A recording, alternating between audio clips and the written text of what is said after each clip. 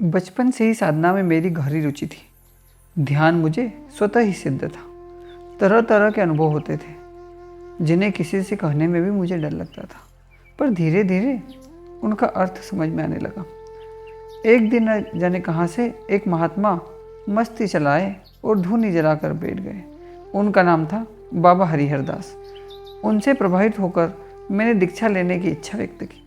उन्होंने मुस्कुराते हुए कहा, मैं तुम्हारा गुरु नहीं हो सकता। तुम्हारे गुरु इस धरती पर अवतरित हो चुके हैं। मेरा उद्धार भी तुम्हारे गुरु के द्वारा ही होगा। एक दिन वे मथुरा से यहाँ आएंगे और इसी मिट्टी की कुटिया में आकर मेरा उद्धार करेंगे। बाबा हरिहर दास के जिस दिन मुझे यह बात बताई, उस दिन के पहले से ही मेरे सपने में एक महापुरुष आया करते थे।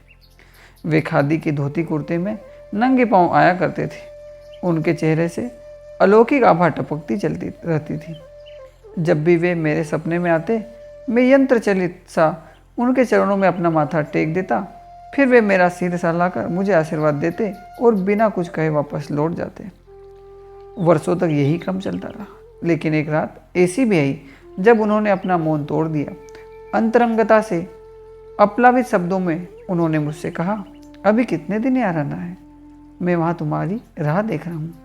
तभी मैं एक अनजानी सी बेचैनी मेरे भीतर घर कर गई। अब तक मुझे इसका आभास हो चुका था। यह मेरे पूर्व जन्म के गुरु हैं, लेकिन प्रश्न यह था, इस अवतारी चेतना को मैं खोजूं कहाँ? कुछ ही दिनों के बाद देवयोग से मैं मथुरा पहुंचा। वहीं पर मुझे मिले बार बार मेरे सपने में आने वाले मेरे परम पूज्य गुरुदेव, युग दृष्टि और युग ऋषि श्री राम शर्मा आचार्य जी। पहली ही मुलाकात में उनसे मुझे ऐसा प्यार मिला कि मैं उन्हीं का होकर रह गया। उनके पास रहते रहते करीब 4 वर्ष बीत गए थे। आचार्य श्री के मार्गदर्शन में साधना और उपासना के बल पर मैं अपने जीवन में होने वाली अनेक घटनाओं के बारे में जानने लग गया था। इसी क्रम में एक दिन मुझे अपनी मृत्यु के समय का ज्ञान हो गया। तब मैंने पूज्य गुरुदेव से कहा, इस शरीर से आपकी सेवा अगले 3-4 महीने तक हो सकेगी। गुरुदेव ने पूछा, ऐसा क्यों? मैंने मुस्कुराते हुए कहा, मेरी मृत्यु होने वाली है। मरने के बाद भूत बनकर शायद मैं आपकी सेवा कर सकूं, पर इस शरीर से तो सेवा नहीं हो पाएगी। जवाब में पूज्य गुरुदेव भी मुस्कुराने लगे। उन्होंने कहा, तुम्हें इसी शरीर से मेरा काम करना है। कुछ दिन और बीत गए। मृत्यु को कुछ और करीब जानकर मैंने पूज्य गुरुदेव के सामने फिर से वही बात दोहराई।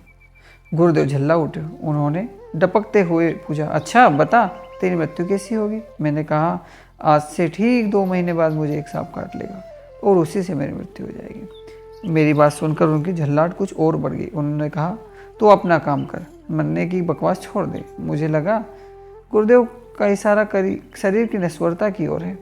मैं भी करीब आती हुई मौत को भूलकर अपने काम में मगन हो गया। महीने 1.5 महीने के बाद मैं इस बात को पूरी तरह से भूल गया था कि मौत मेरी तरफ तेजी से बढ़ती आ रही है। आखिरकार वह दिन भी आ ही गया जिस नियति ने मेरी मृत्यु के लिए निर्धारित कर रखा था। सुबह के समय में मैं शरण जी 2-3 अन्य परिजन के साथ नीम के पेड़ के नीचे बैठा था। पूज्य गुरुदेव सामने के कमरे में थे। हम सब उनके बाहर निकलने का इंतजार कर रहे थे। समय बीतता जा रहा था, पर वे बाहर निकलने का नाम नहीं ले रहे थे। विलंब होता देख मैं उधर जाने की सोच ही रहा था कि अचानक पेड़ के ऊपर से एक विस्तर सर्प मेरे सिर पर गिर गया। उसी क्षण मुझे अपनी ध्यानावस्था में देखा हुआ दृश्य याद आ गया कि आज मुझे मृत्यु से कोई नहीं बचा सकता। पर आश्चर्य, उस काले सांप का फन मेरी आंखों के आगे नाच रहा है। उस काले सांप के 2-3 बार अपने फन से मेरे सिर पर और छाती पर प्रहार किया, पर काट नहीं सका। ऐसा लगा कि किसी ने उसके फन को नाथ कर रख दिया है। अपने जीवन में समय को पूरी तरह से साध लेने वाले मेरे गुरुदेव ने बीत जाने पर आज कमरे से बाहर क्यों नहीं निकल गए, यह मेरी समझ में बात आ गई। डसने की कोशिश में असफल हुआ सांप वह धीरे धीरे शरीर पर सरकता हुआ नीचे आ गया।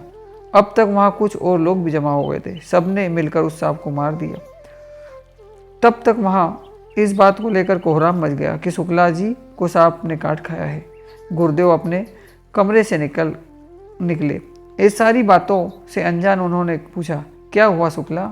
मैंने मरे हुए सांप को दिखाते हुए कहा, यह सर्प मेरा काल बनकर आया था, लगता है कि मैं बच गया। गुरुदेव ने गंभीर स्वर में कहा, इस सर्प को मारना नहीं चाहिए था। किसने मारा? किसी ने मुंह नहीं खोला।